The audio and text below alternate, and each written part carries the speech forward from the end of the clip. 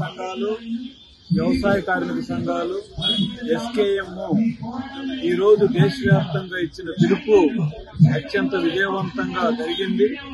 600 జిల్లాలకు పైగా, అలాగే అన్ని రాష్ట్రాలు ఈ కార్యక్రమం జరుగుతుంది. 90% ఉత్పత్తి వర్గాలు అంటే కార్మికులు, రైతులు, వ్యవసాయ కార్మికులకు ప్రాతినిధ్యం వహిస్తున్నటువంటి సంఘాలన్నీ ఈ రోజు నిరసన కార్యక్రమంలో పాల్గొన్నాయి. ఒక్క బిఎంఎస్ తప్ప, ఇంకా చెప్పాల్సి వస్తే బిఎంఎస్ అనుకున్న శ్రేణులు కూడా మానసికంగా కొన్ని ప్రాంతాల్లో ప్రత్యక్షంగా ఈ రోజు నిరసన కార్యక్రమాలకి మద్దతిస్తా ఉన్నారు. మోడీ గారిని అడుగుతా ఉన్నాము, ఇవాళ మీరు తెచ్చినటువంటి లేబర్ కోడ్లు దేనికి ఉపయోగపడేవి? కార్మికులకు ఉపయోగపడేయా? వ్యవసాయ కార్మికులకు ఉపయోగపడేయా? రైతాంగానికి కాదు.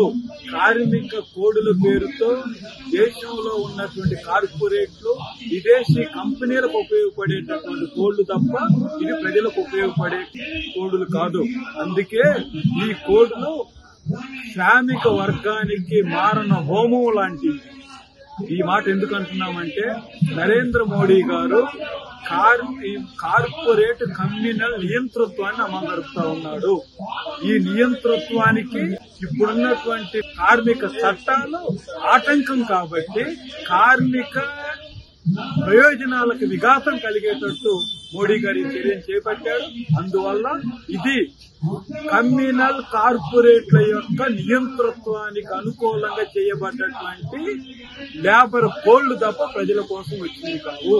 అందువల్ల ఈ కోళ్లు ఒక్క కార్మిక వర్గానికే కాదు, వ్యవసాయ కార్మికులకి, గ్రామీణ పేదలకు అందరికి కూడా నష్టం తెచ్చాయి. అందువల్ల ఈ కోళ్లకు వ్యతిరేకంగా జరుగుతున్న ఉద్యమంలో అఖిల భారత స్థాయిలో వ్యవసాయ కార్మిక సంఘం ప్రత్యక్షంగా భాగస్వాములు అవుతా ఉన్నాము. ఈ రోజు మా డిమాండ్లు కూడా లేబర్ కోళ్లతో పాటు ఉపాధి హామీని విస్తరించాలి, అలాగనే 2,50,000 కోట్లు కేటాయించాలని, అందరికీ భూ పంపిణీ చేయాలని, ఇళ్ల స్థలాలు ఇల్లు నిర్మించాలని, అంటరానితనం పోగొట్టాలని, రాజ్యాంగాన్ని పరిరక్షించాలని కూడా దీంట్లో డిమాండ్ పెట్టాం. ఇక చివరిగా ఇండియా బ్లాక్ పార్టీలను మేము కోరుతా ఉన్నాం. బీజేపీకి వ్యతిరేకంగా రాజకీయ వైఖరి తీసుకోవటమే కాదు, లేబర్ కోళ్లకు వ్యతిరేకంగా కూడా మీరు వైఖరి తీసుకోవాలి. ఉపాధి హామీని నిలబెట్టే వైఖరిని తీసుకోవాలి, భూ పంపిణీని చేపట్టే వైఖరి తీసుకోవాలి. అందువల్ల రేపు పార్లమెంటు సమావేశాల్లో లేబర్ కోళ్లకు వ్యతిరేకంగా ఇండియా బ్లాక్ పార్టీలన్నీ కూడా ఉద్యమాన్ని చేపట్టాలని మేము కోరుతున్నాం. అదొక్కటే కాదు, ఇండియా బ్లాక్ పార్టీలు ఏ రాష్ట్రంలో అధికారంలో ఉన్నా మీరందరూ శాసనసభలో తీర్మానాలు చేసి లేబర్ కోడ్ అమలు జరపమని కేంద్ర ప్రభుత్వాలకు పంపాలని మేము కోరుతా ఉన్నాం.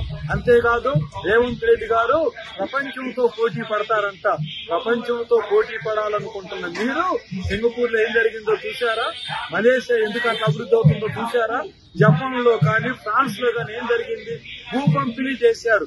భూ పంపిణీ చేయకుండా కొనుగోలు శక్తి పెంచలేరు.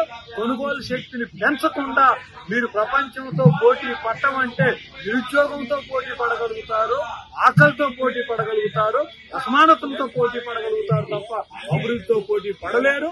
అందువల్ల అభివృద్ధితో పోటీ పడాలంటే కేరళ మోడల్ అనేది ఆలోచించాలి రేవంత్ రెడ్డి గారని మేము కోరుతున్నాం. ఈ ఉద్యమాన్ని మరింత ఉధృతం చేస్తామని బీజేపీకి హెచ్చరిక చేస్తున్నాం.